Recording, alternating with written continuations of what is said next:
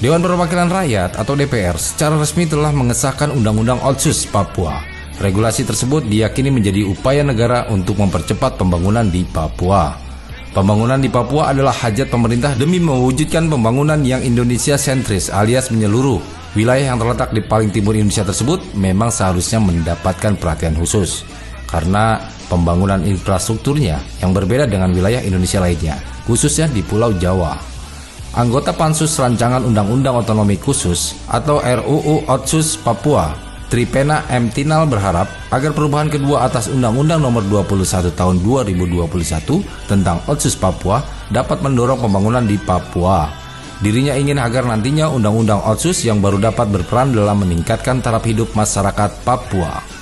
Anggota Pansus Revisi Undang-Undang Nomor 21 Tahun 2021 tentang Otonomi Khusus atau Otsus Papua, Guspardi Gaus berharap agar aturan tersebut dapat mengatasi permasalahan konflik dan mempercepat pembangunan di Papua. Dirinya menilai, dengan selesainya revisi Undang-Undang Otsus Papua diharapkan dapat memberikan manfaat yang sebesar-besarnya bagi kesejahteraan dan kemakmuran masyarakat Papua. Selain itu, dia berharap terwujudnya keadilan, penegakan hak asasi manusia, supremasi hukum, demokrasi, dan penerapan tata pemerintahan yang baik di tanah Papua. Menurut Guspardi, Pansus Otsus Papua menetapkan perubahan terhadap 19 pasal, yaitu 3 pasal usulan pemerintah dari 16 pasal di luar usulan pemerintah. Guspardi menjelaskan, Pansus RUU Otsus juga telah memperluas jangkauan otonomi khusus agar tidak saja diterapkan di tingkat provinsi, tetapi juga dilaksanakan di kabupaten atau kota. Hal tersebut, menurutnya, sangat penting demi mengakomodir jaminan afirmasi bidang politik bagi orang asli Papua atau OAP, sehingga diharapkan dapat berperan lebih optimal dalam berbagai bidang kehidupan di tanah Papua. Pada awal tahun 2021, sebagian jalan Trans Papua sudah mulai selesai mampu menghubungkan antara wilayah. Salah satunya adalah jalan yang menghubungkan antara Wawena, Jayapura. Sebelumnya, untuk dapat pergi menuju kedua wilayah ini, moda transportasi yang digunakan adalah pesawat dengan biaya yang cukup besar. Kini dengan adanya jalan Trans Papua yang telah menghubungkan kedua wilayah tersebut, transportasi dapat menjadi semakin mudah diakses.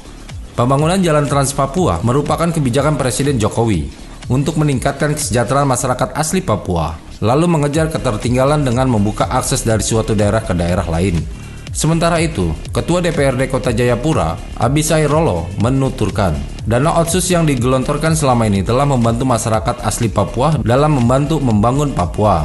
Apalagi dari sisi anggaran terus mengalami kenaikan. Abisai mengusulkan agar semakin optimal dari sisi penggunaan, dibuat lembaga khusus yang mengelola dana. Jikapun tidak, pemerintah daerah yang menerima dan diharapkan dapat benar-benar menggunakan sesuai peruntukan sehingga manfaatnya benar-benar dirasakan masyarakat Papua. Abisai menjelaskan, apa yang sudah baik dari penerapan Otsus tetap harus dipertahankan. Ia berharap dana Otsus juga benar-benar bisa diarahkan ke kampung-kampung adat warga asli Papua. Warga asli Papua yang ingin melanjutkan sekolah baik di dalam negeri maupun ke luar negeri bisa mendapatkan kemudahan, bahkan jika perlu dibuat rumah sakit khusus dengan dana Otsus sehingga warga tidak perlu lagi mengeluarkan biaya jika hendak berobat. Papua merupakan wilayah yang mendapatkan prioritas untuk terus dibangun oleh pemerintah.